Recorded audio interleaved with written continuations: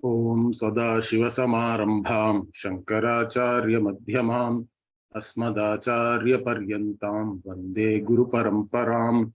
Om Purnamadah Purnamidam Purnat Purnamudachyate Purnasya Purnamadaya Purnamevavashishyate. Om Shanti Shanti Shanti. Om Namo Brahmadibhyo Brahma Vidya Sampradaya Kartribhyo Vamsha Rishibhyo Namo Gurubhyaha. So we were looking at the introductory bhashyam in the third chapter, third Brahmana, where a long argument with the Purva Mimamsaka is going on. The Purva Mimamsakas are committed to karma. So according to them, karma can never be stopped, particularly the Nitya karma, because the adhikari for a Nitya karma, according to the Veda, is Yavad Jivan. Till the time one lives, the fact that you are living and you are a Vaidika is good enough. You have to do the Nitya karma. In fact, they even argue against sannyasa, because the sannyasis give up even the Nitya karma. So they are very committed to karma. But the thing is, for Nitya karma, the Shruti does not give any explicit result. Because normally any karma which is mandated by the Veda, the phala also will be mentioned, because without knowing the phala, nobody is interested to do it. But there are some karma which the Shruti actually talks about, but there is no explicit result mentioned. In such cases, there is a rule. In fact, there are two different ways of interpreting it. Karmana pitrulokaha, like that, there is a statement. So wherever this karmana pitrulokaha applies in that section, even if there is a karma which is specified and there is no specific result for that, the assumption is that you will reach pitruloka by doing just that karma alone, without upasana, in fact. Otherwise, there are bigger karma like Vishwajit Yaga, which also does not have any mention of the results. So the rule of interpretation here is Swarga is the phala. Wherever specific results have not been mentioned, Swarga will be the result. So that is called Vishwajit Nyaya, in fact. Now the Purva Mimamsaka argues that the Nitya karma also does not have any phala associated with that. No result is explicitly assigned. But he argues that for Nitya karma, which is done, of course, there is no mention of any phala. So you are, even though you are doing it, according to him, you are doing it without expecting or without really actually any apurva phala is not mentioned, correct? The only phala you do by doing Nitya karma is, of course, some drishta phalam is there, but adrishta is not mentioned. But still you are doing it. That means you are doing it without expecting any result. Nirabhisandhi, like that it is said. And such karma, when done along with upasana also, you will get moksha phala. That is their argument, because moksha as a purushartha, they also have to talk about. And the means for that, whatever is decided by human beings, any end, you have to give a means for that. So they are giving a means that you have to do Nitya karma without any expectation of result. And along with the upasana, then it becomes like a special karma which will give you moksha. That is the whole argument. Okay, for holding on to this position, they are giving different types of arguments. That's what we are seeing from the beginning. If you see, there are so many arguments are there. Bhashyakara tried to put some sense in them by showing that karma phala itself falls under only 4 categories, and moksha does not fall under any of those things. And moksha is not even a result of anything. In fact, the only the distance between moksha and bandha or bondage is only ajnana. And karma is not opposed to ajnana. Only jnana is opposed to ajnana. Like this, Bhashyakara tried to argue, but they are not ready to listen to all that. In fact, they don't accept the jnana kanda as a separate valid Vedic revelation.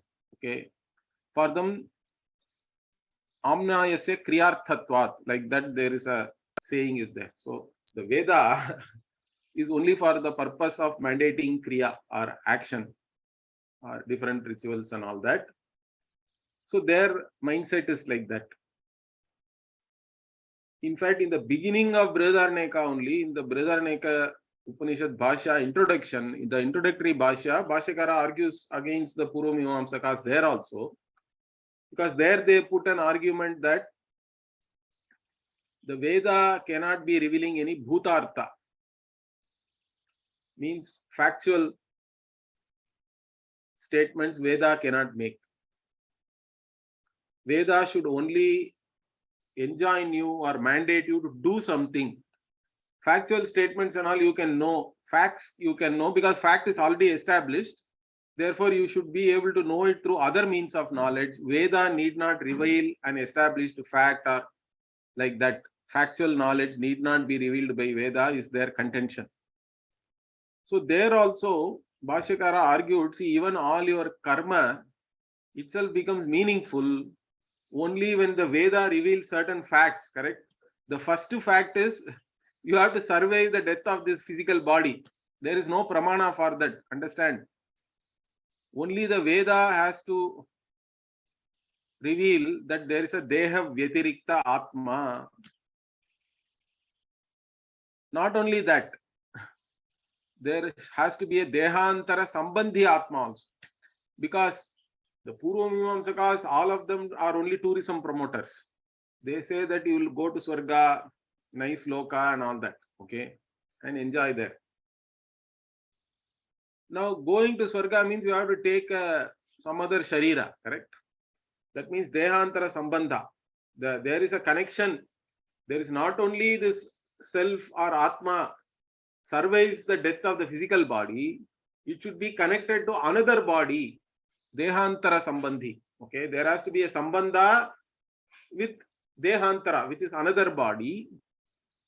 All these facts have to be revealed only by the Veda. If these facts are not established, all your karma going to Swarga, even Swarga has to be revealed, correct? Swarga also is a fact that there is Swarga as a factual knowledge. Also, Veda has to implicitly reveal. Without all these factual knowledge revealed by the Veda, all your karma is useless.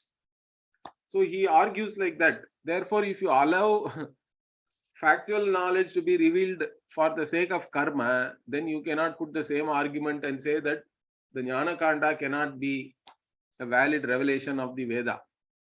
So like this, there was already an argument. Now here the argument is slightly different. So many of them, they will say that the Jnana Kanda is only an Arthavada. Okay. Or wherever something is not convenient for them, they will say that it is Arthavada. This kind of an argument also is made. Arthavada means it is like a praise or just a story to reveal something else. So you have to connect the Arthavada with some other Vidivakya and make it meaningful that way. It has no independent subject matter to reveal. Arthavada means it is some kind of a story or a praise or whatever, a figurative way of saying something which you have to then connect it with some other karma. So they try to say that the entire all this saying that Aham Brahmasmi and all is to just praise the Jiva. It's only an Arthavada, it is a praise. Okay. So like this also there is an argument. So this is how they are arguing. Here again, if you see, in the last set of arguments what we were seeing, Bhashyakara is trying to quote both the Shruti and Smriti. The Shruti here itself The introduction, why he is arguing all this, is because this particular Brahmana, there is a talk about the extent of the Brahmaloka and all that. Okay, how big it is. Now the Brahmaloka, attaining to the Brahmaloka or the status of Brahmaji, the Hiranyagarbha itself is supposed to be the highest one can attain as a karma phala, as a karma and upasana phala. Now that's what Bhashyakara is trying to point out. In this context, he is quoting the Shruti and Smriti also. Manu Smriti also he is quoting here. We saw that Manu already has said, if you see here,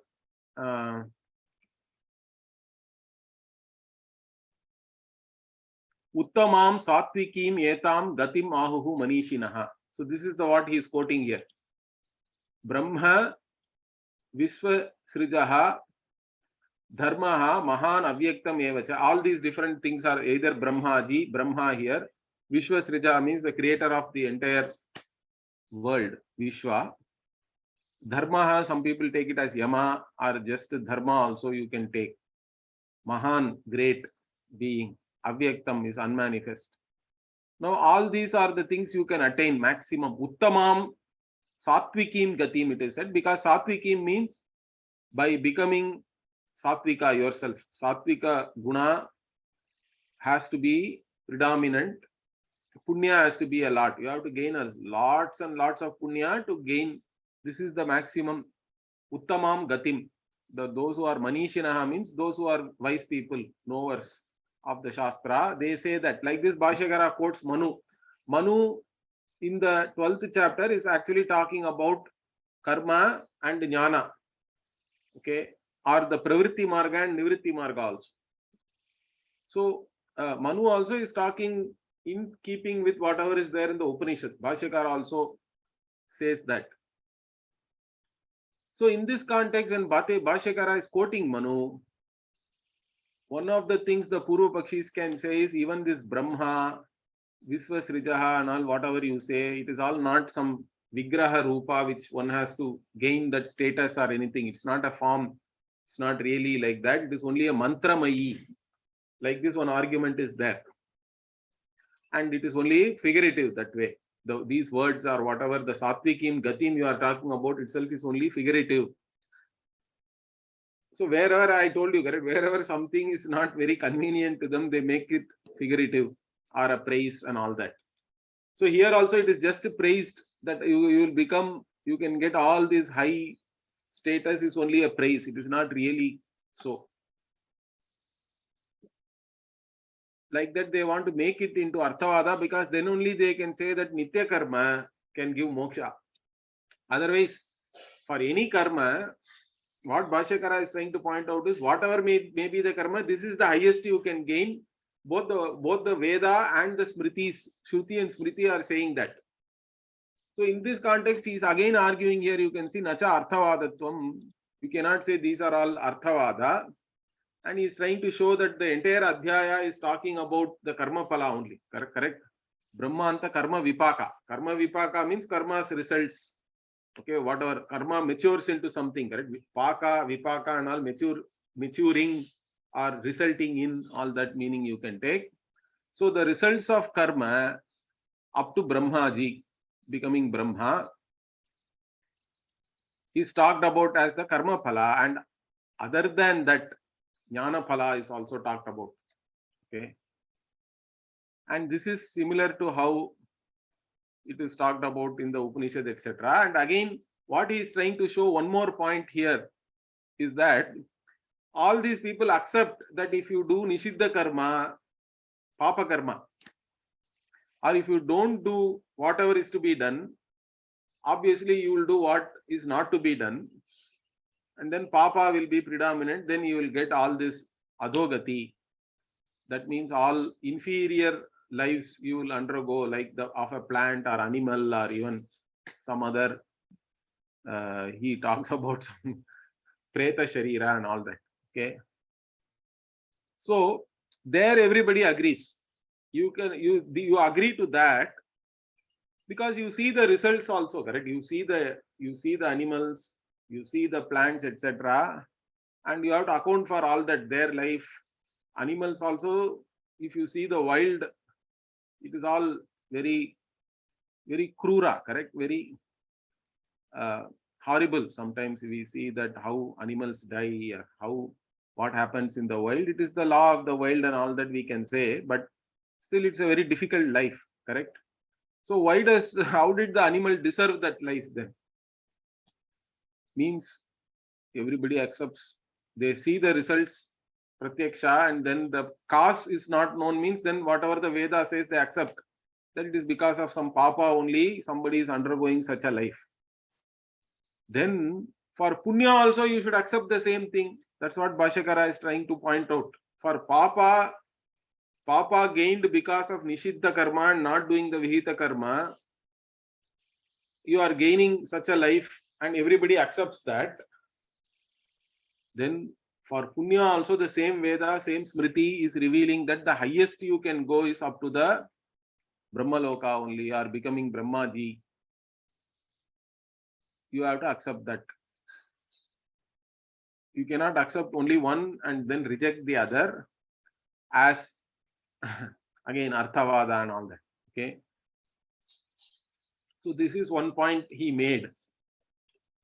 And he even gave an example. Therefore, he says, whatever is said here, correct, in this Brahma, Visvashrijaha, etc., in this particular chapter, what Manu is saying is not Arthavada. So he says it is not like Sa Atmanaha Vapam Udakhidat, like that in Taittiriya Samhita it is there.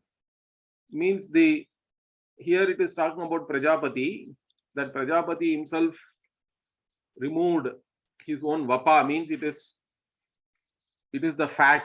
Okay, basically the vapa is the fat under your skin, and particularly in your whatever the fat which is protecting your intestines and keeping it in place is called vapa.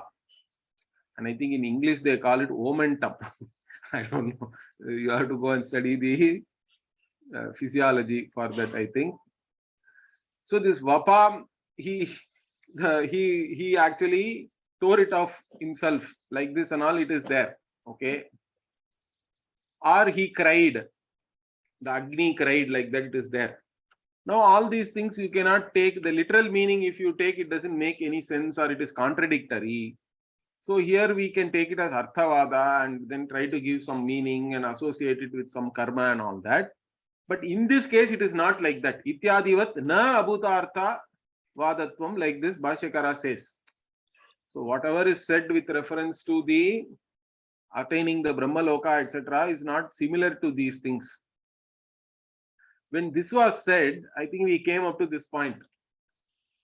Then the Purvapakshi says, Tatrapi abhutartha vadatvam ma bhut iti chet, he says. He says, you are giving all these examples. Sa arodit, sa atmanaha vapam udakidat, etc. Now let those also not be Arthavada. We'll take that literally, he says. Then Bhashyakara says, Bhavatu eva. Let it be. I have no problem with that.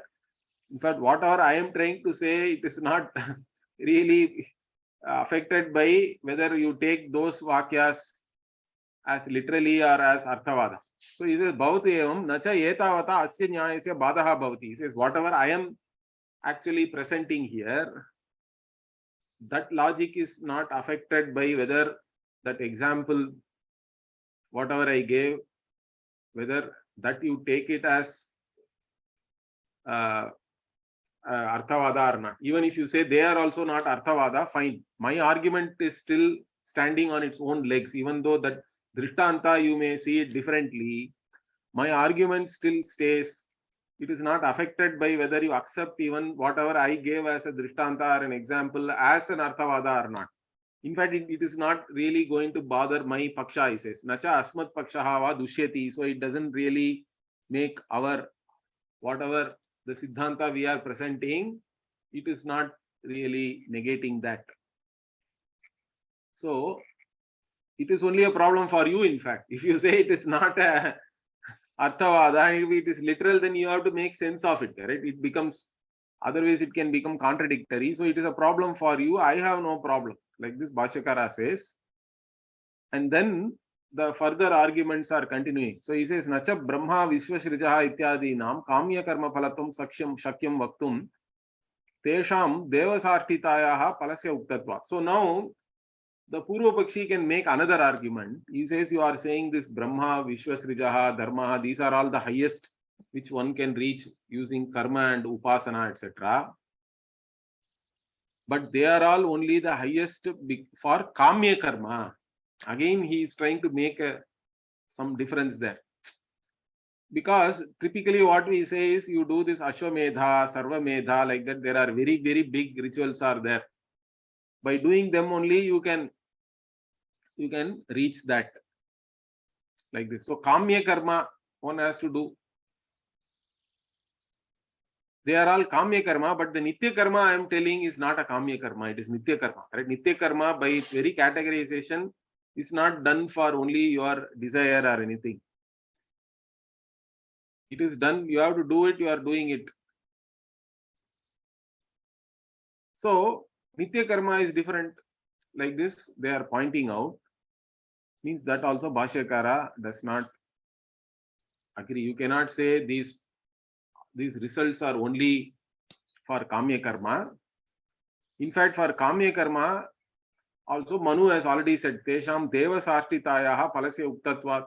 So purely kamya karmas, when you do, the maximum you can become is, you will attain this Devasartita. Devasartita means getting Aishwarya like a Devata. The power of a Devata, you are also going to have a power which is similar to the Devas. So that is the phala which has been talked for kamya karma, specific kamya karmas which you can do. That is the maximum. But this, whatever we are saying, this Brahmaji or the creator, becoming the creator of the entire universe, etc., to attain that state, even this Nitya karma also has to contribute to that. Okay, Nitya Naimitika karma, kamya, all this karma you have to do, and some other big karma also you have to do.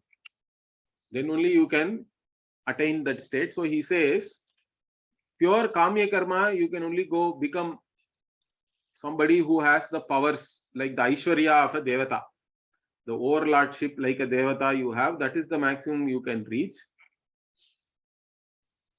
But by doing Nitya karma, but for becoming this Brahmaji, etc. Okay, because if you want to attain the highest phala, you cannot attain it without doing Nitya karma also. Nitya karma you have to do, Naimitika karma you have to do.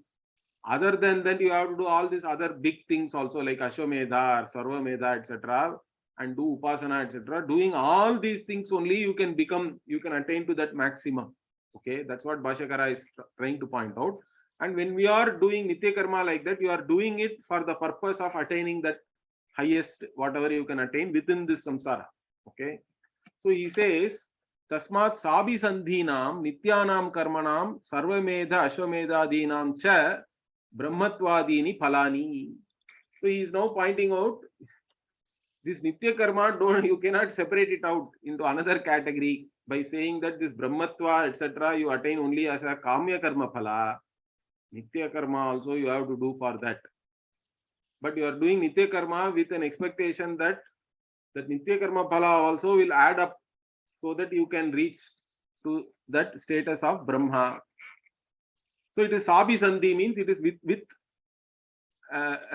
expecting a certain result. Abhisandhi is there because you are interested in some particular result that you want to do, become this Brahma or Hiranyagarbha. Nitya karma also you cannot leave. You have to do the Nitya karma. Along with that, then you have to do other karma, Sarvamedha, Ashwamedhadinam. Then only you attain that phala. But what if you are a mumukshu? So mumukshu also has to do Nitya karma. Even if you read our introductory Vedanta text, we all say what you have to do: Nitya Naimitika karma. If required, Prayaschitta karma also you can do, but you avoid Kamya karma. Kamya karma has to be avoided because you have nitya nitya vastu viveka, correct? You are no more interested in limited phala, the results of any action. The limited results of action you are not interested in. So you can avoid kamya karma. Kamya karma are also optional. So you can avoid that, but do other karma for chitta shuddhyartham, because you have to overcome your own likes and dislikes. For that purpose, doing nitya karma is the best. You have to do nitya karma. So even a mumukshu, being a Vaidika, you have to do nitya karma. There is no option there. Of course, nowadays it is very difficult. If you take the Nityanikam for any Veda, I had some enthu some 20-30 years back when I initially started studying in the Gurukulam, I was doing a lot more karma. The Nityanikam book you can buy and see right from the time you get up, there are so many things are there. And your half a day will go away in that if you do that. So, of course, if you are a Brahmana and you are a Vaidika and you are leading a certain lifestyle, it is still possible. But even for that lifestyle to be possible, you should have a lot of knowledge. You should have done some lot of Vaidika mantra, etc. You should have learnt. Nowadays, even just doing Sandhya Vandanam itself is a problem.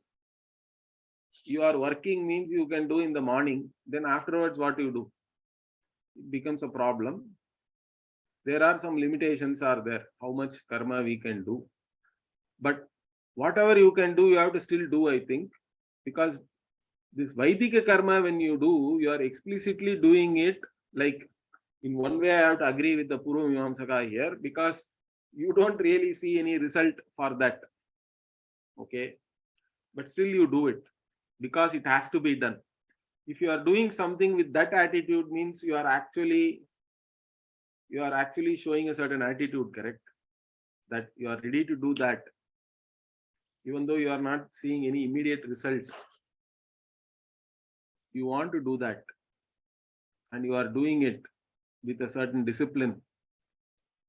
That shows a certain disposition of your mind. So that is the important thing here.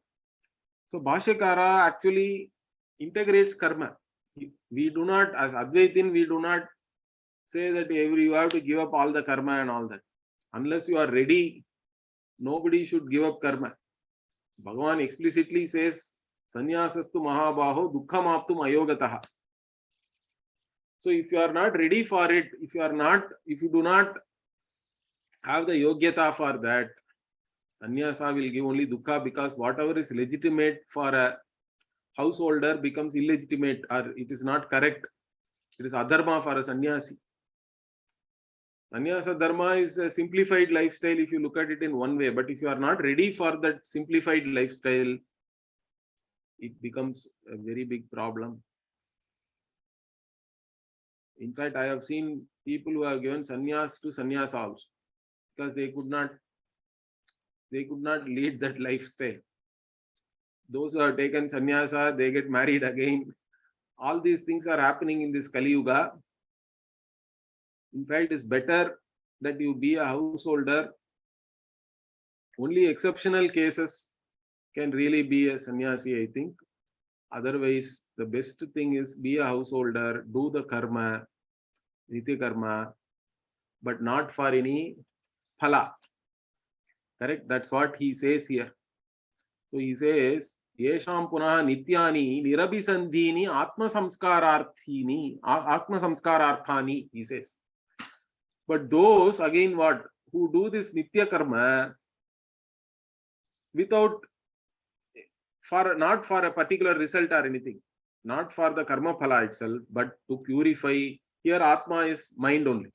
Atma samskararthani means these karma only. If you do it with yoga buddhi, then it purifies your mind, means it makes your mind free from likes and dislikes. Raga dvesha are the mala, are the impurities. So if you are purifying your mind, means basically you are becoming free or you are coming out of the spell of your own likes and dislikes, and that is a prerequisite for jnanam.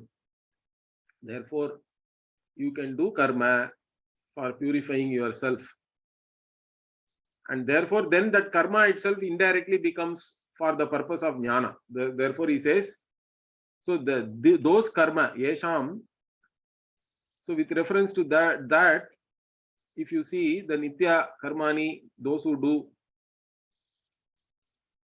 not for the karma phala but for purifying one's own mind, means for them what? Jnanotpatyarthani, tesham jnanotpatyarthani tani, those karma themselves become for the purpose of gaining knowledge, or the for jnana utpatti, for jnana to rise, it will be useful.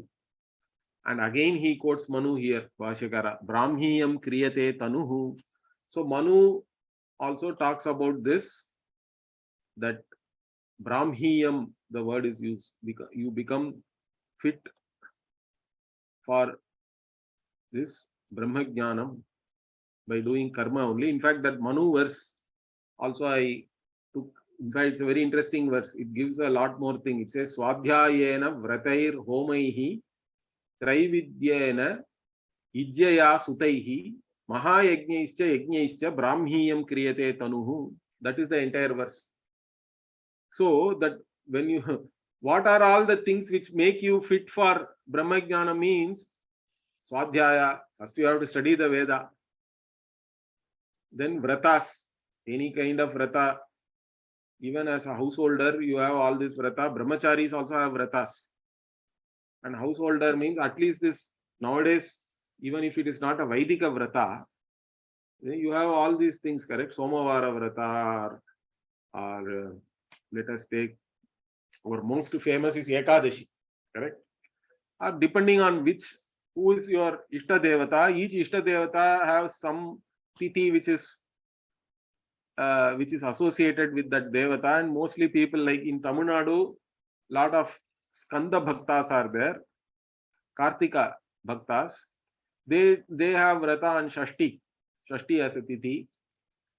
Shiva Bhaktas have Somavara, Vishnu Bhaktas have Ekadashi. Like this, different days are there. And even Devi Bhaktas, they normally do it on Fridays or even like Paurnami, etc. Okay.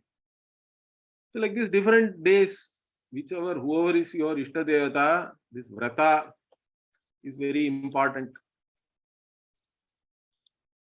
And Vrata means again, don't eat something else a lot. That's not the point.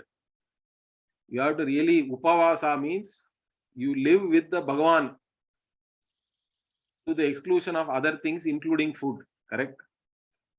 So that discipline one has to develop. So such vratas are important. Every day you have to study. Then Homa, also you do some offering you have to give. If you are a Brahmana, then fire rituals also, at least periodically you have to do Homaihi.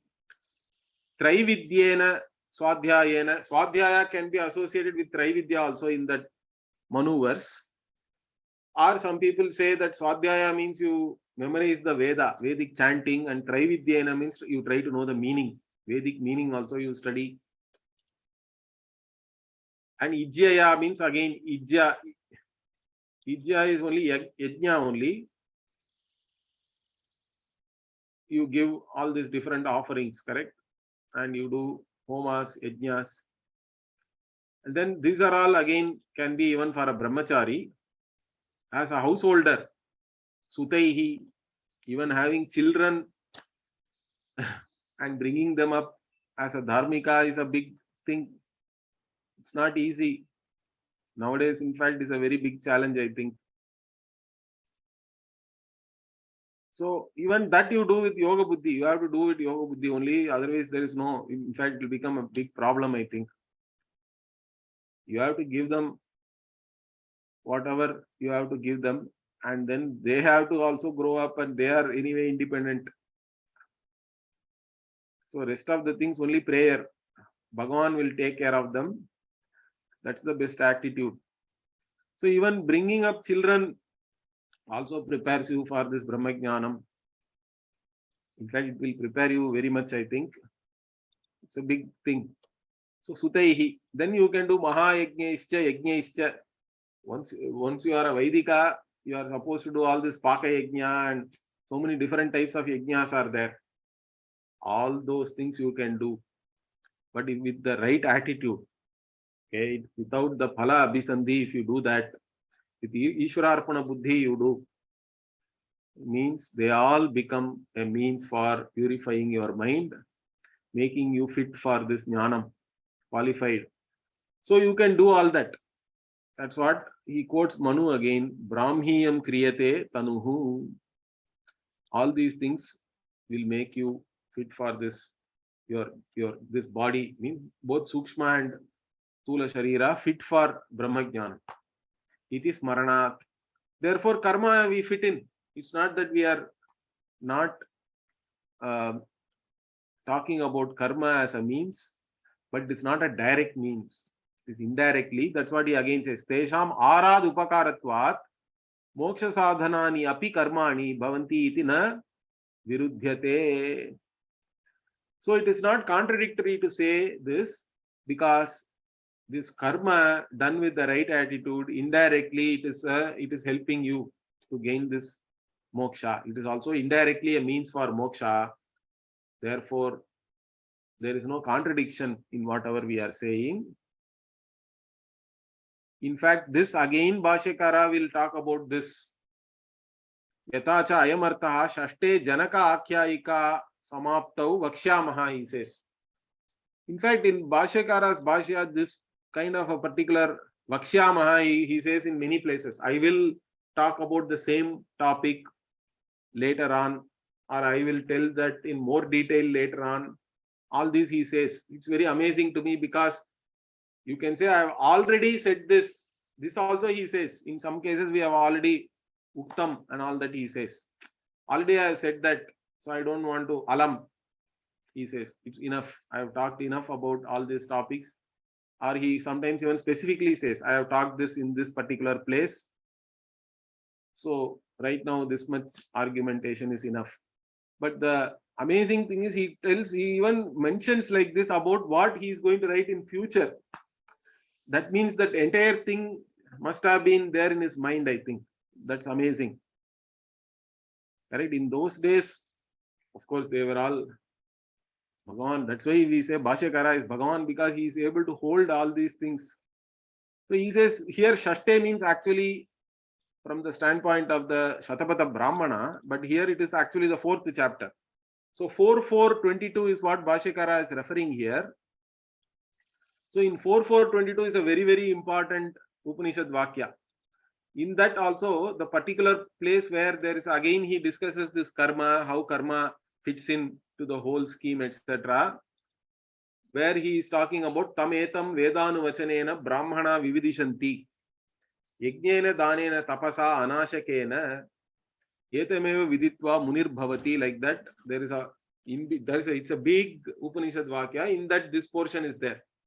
Vedanu vachanena yajnena danena tapasa, all these things. Vividishanti, they want to know, they have a desire to know this Brahman. And how do they then know? Means all these things are mentioned as means, correct? So they become qualified with all these things. Yajnena, danena, tapasa, vedanu vachanena, means again you study the Veda.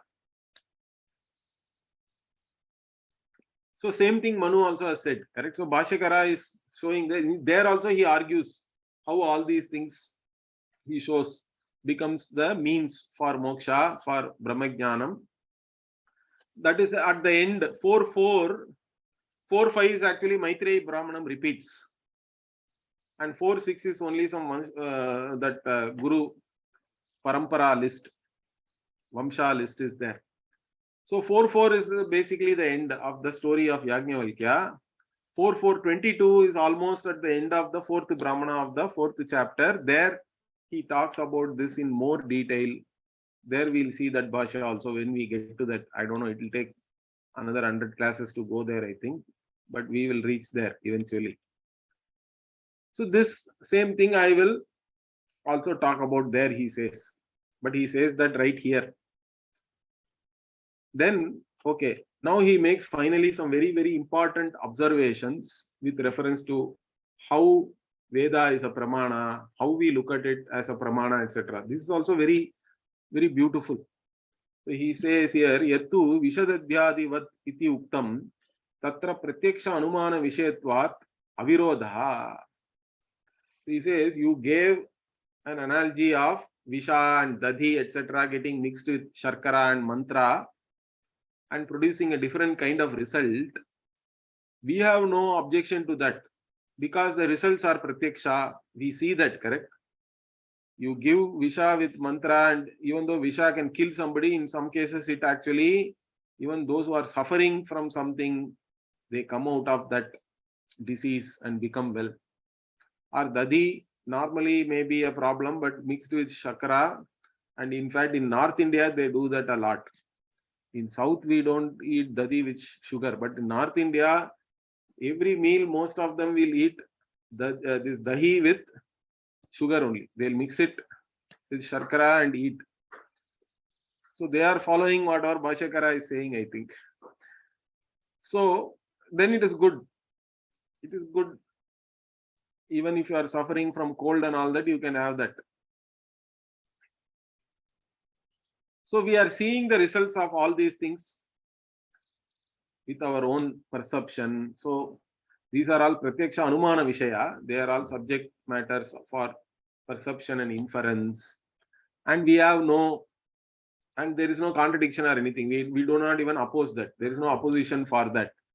But you cannot extend that to the Veda Vishaya. That's what he is trying to argue here. So he says, Yastu atyanta shabdagamyaha artaha tatra vakyasya abhave tadartha pradipadakasya na shakyam kalpayitum vishashadhyadi sadharmyam.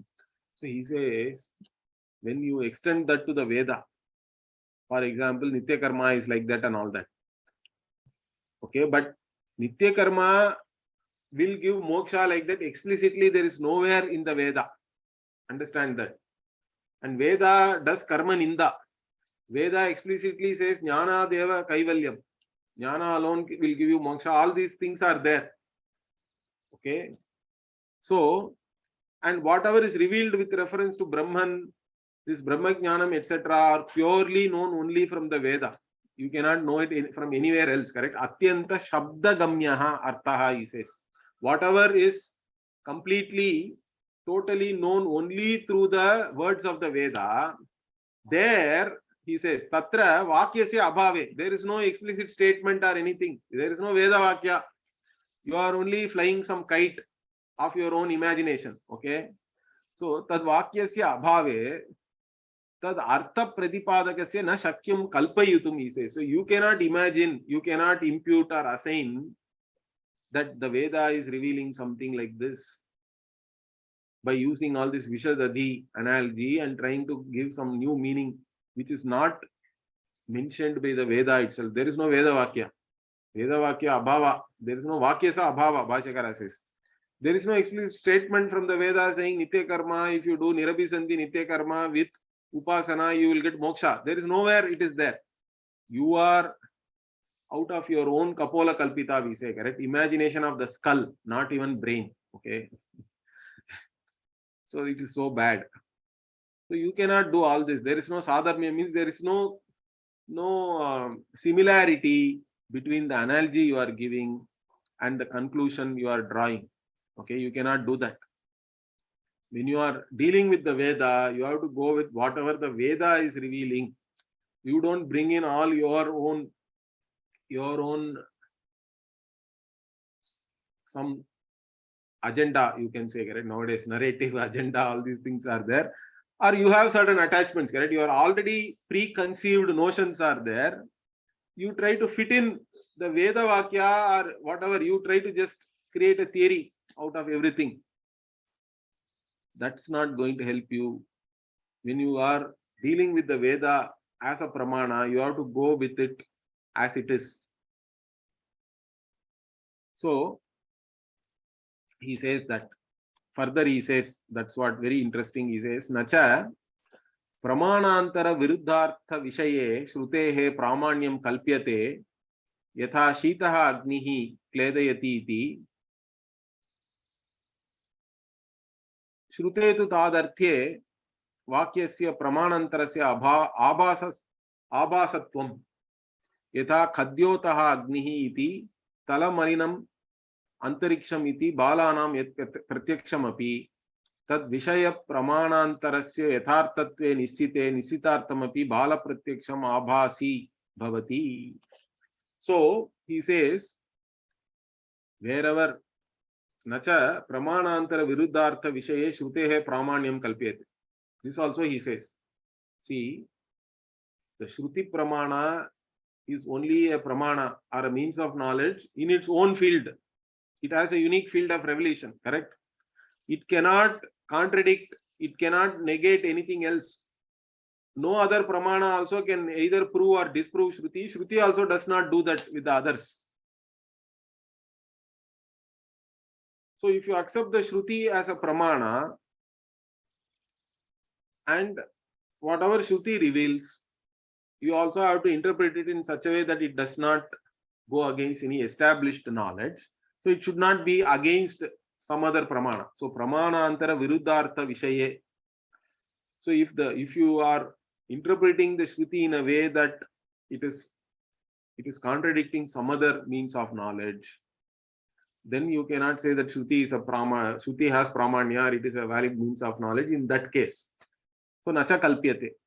Like even in the case like Shitaha Agnihi, fire is cold, you cannot say that. Fire is cold, you cannot say that because it is against sense perception. Kledayati means but it wets. Fire is not going to wet anything, correct? So it is cold, it wets you, etc. Only water can do that. Therefore, all these things you cannot say. But if you are having some vakya, okay, Shrutetu tadarthye vakyasya means Veda is clearly revealing something.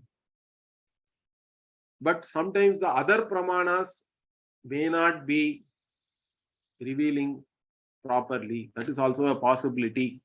See, wherever the established knowledge is very clear, there is no issue. The Shruti cannot go against that. But this Dvaita Advaita problem only Bhashyakara is indirectly saying here. So the Dvaitins, their argument is Drishyatvat Dvaitam Satyam, they say, because I see. But whatever you see is always not the truth, correct? That also you have to appreciate. Whatever you perceive can be also an appearance.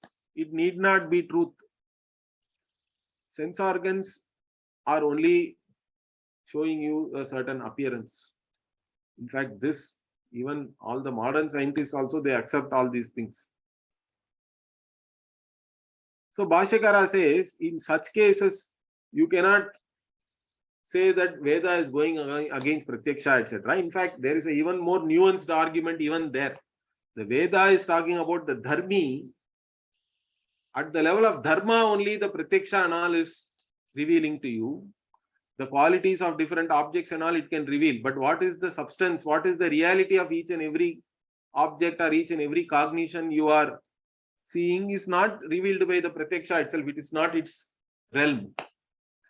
That way also we can say, even there is a nuanced argument that Veda really does not go against Pratyaksha, etc. But those who very simplistically say that no, I see so many things other than me, therefore Dvaita is Satyam, etc. There we have to say your Pratyaksha is wrong.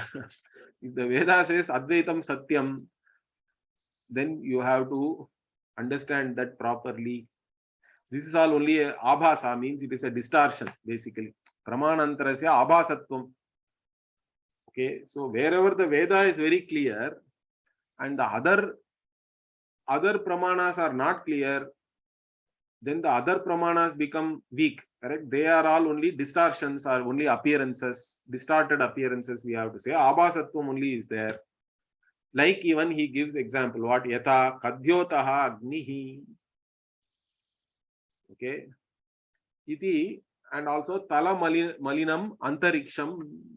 So these are all children. Children can say kadyotaha means it is firefly. Firefly in the night, it is it is very iridescent, correct?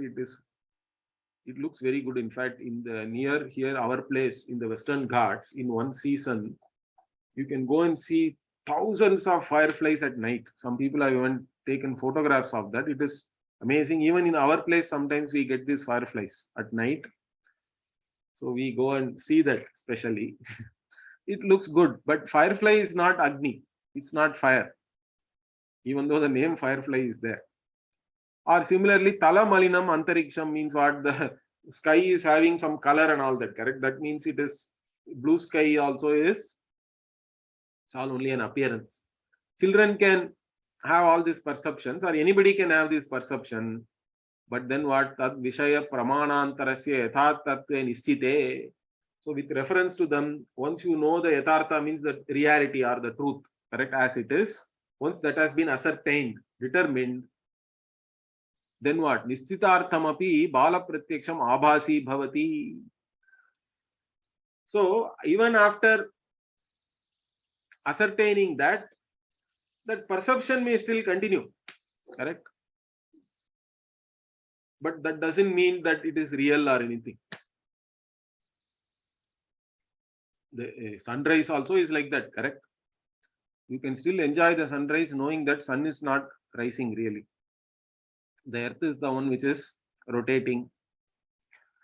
So all these things, where you have to go along with the Veda, where you have to interpret the Veda such that it does not actually contradict any other means of knowledge. All these things have to be done properly. Then only the Veda becomes a valid means of knowledge for us.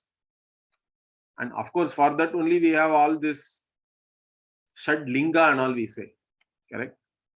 So the different indicators are there. The entire Mimamsa Shastra, the principles of Mimamsa, etc., we have to use properly to arrive at the meaning of the Veda. But when you arrive at that, you have to be committed to whatever Veda is revealing. You cannot bring in your own some preconceived notions and try to just get some meaning out of it according to your own fancies. That's what Bhashyakara is actually trying to say here. Therefore, he says, Tasmat Veda Pramanyasya Avyabhicharat. So the Veda Pramanya is Avyabhichara, means what? It doesn't change. Veda is always a Pramana. With reference to whatever it is revealing, its own unique field of revelation is there. With reference to that, it is a Pramana. Whether you interpret the Veda correctly or not is immaterial, he is saying. No, finally. Veda is Veda. Veda is a Pramana. Veda is revealing certain things. It will keep revealing that. Whether you understand it correctly or not is another thing. So Veda is still a Pramana and it doesn't change. So Veda Pramanyasya Avyabhichara Tadarthye Sati Vakyasya Tatatvam Syat, he says. So the Vakya, if it is having a certain meaning, and it is like that only. Tatatvam means it is in the same manner only, the truth is also. It is revealing in certain manner the Vakyas, and that means that's what Veda is revealing. It is like that only. Tatatvam. It is in that manner only. The truth is there. It is not your own fancy. Natu Purusha Mati Kaushalam, he says. You can be any kind of intellect. In fact, most of these acharyas are all great intellects, great bhaktas. Everything is fine. Great saints and all that. But still, they could not surrender to the Veda. Whatever the Veda is revealing as it is, they are not able to accept. And they are bringing in whatever their own notions and trying to distort the Veda. So that is all. Purushamati Kaushalam means your intellect, you have so much capability, you have grammar knowledge. So one Acharya, Atma Tattvamasi means you can use Samskrita grammar knowledge and say Atma Atatvamasi, because the Akara you can break there, correct? Atma Tattvamasi means, or Tattvamasi itself, Tat Tvam Asi, Asamasta Pada you can take. Correct? It is not compound. That's how normally we are taking it. But another Acharya takes it as Tattvam as a compound and says Tasya Tvamasi. Instead of you are that, you are of that. All these things they are doing. This is all Purushamati Kaushalam only. In fact, it doesn't even fit in properly with the entire initial question is knowing which you know everything else also. Correct? How does it even fit here by saying you are not that original? How the whole section starts only does not fit in. But they do all these things. That's what he is talking about here, or he must have already, some people were, in fact, these acharyas came after Adi Shankara, but even during his time, people are doing all these things. So he is saying that. So whatever Veda reveals, Veda is a pramana and it is as it is only. Whether you understand it, whether you put in your own masala into that, all that doesn't matter really. In fact, he says, he gives another analogy for that. He says, Nahi Purushamati Kaushalat Savita Rupam na Prakashayati. He says, hey, you may have any fancy ideas and all that, but still sun will reveal. Sun is going to give its light and the light will reveal things. If you are able to perceive things which are revealed as it is, fine. But if you are having your own some jaundiced eye and all that, then it is your problem. Correct? It doesn't mean that sun is not revealing. It doesn't mean that sun will no more throw light on things. You can even tie your eyes like Gandhari. That doesn't mean that sun is not anymore bright or it is not revealing things. Correct? So he says, Tata Vedavakyani api na anyarthani bhavanti. So he says, therefore what? Similarly, these Vedavakyas cannot reveal something else. Whatever is there in the Vedavakya, whatever they are revealing, you have to take that only and then understand it properly. You cannot give anyartha for all that just because of your own fancies. So this is a very important portion of the Bhashya where again Bhashyakara is talking about the Veda Pramanya. Therefore what? Tasmat, finally this is what he establishes. Na moksharthani karmani iti siddham. So karma are not for moksha. That has been now established. Ataha karma phalanam samsaratva pradarshanaaya eva brahmanam arabhyate. Therefore this brahmana, this Bhujyu brahmana is starting only to show that any karma phala, the highest karma phala also is only within the samsara. It is all samsaratva pradarshana of the karma phala. Whatever may be the karma phala, it is all within this samsara only, within this life of becoming. And to show that only this brahmana is started like this. Finally, we are starting the brahmana, which is a short brahmana. In fact, 2 vakyas only are there that we will see next week. Om Purnamadah Purnamidam Purnat Purnamudachyate Purnasya Purnamadaya Purnameva Vashishyate. Om Shanti Shanti Shanti. Hari Om Shri Gurubhyo Namaha. Hari Om. धन्यवाद जी.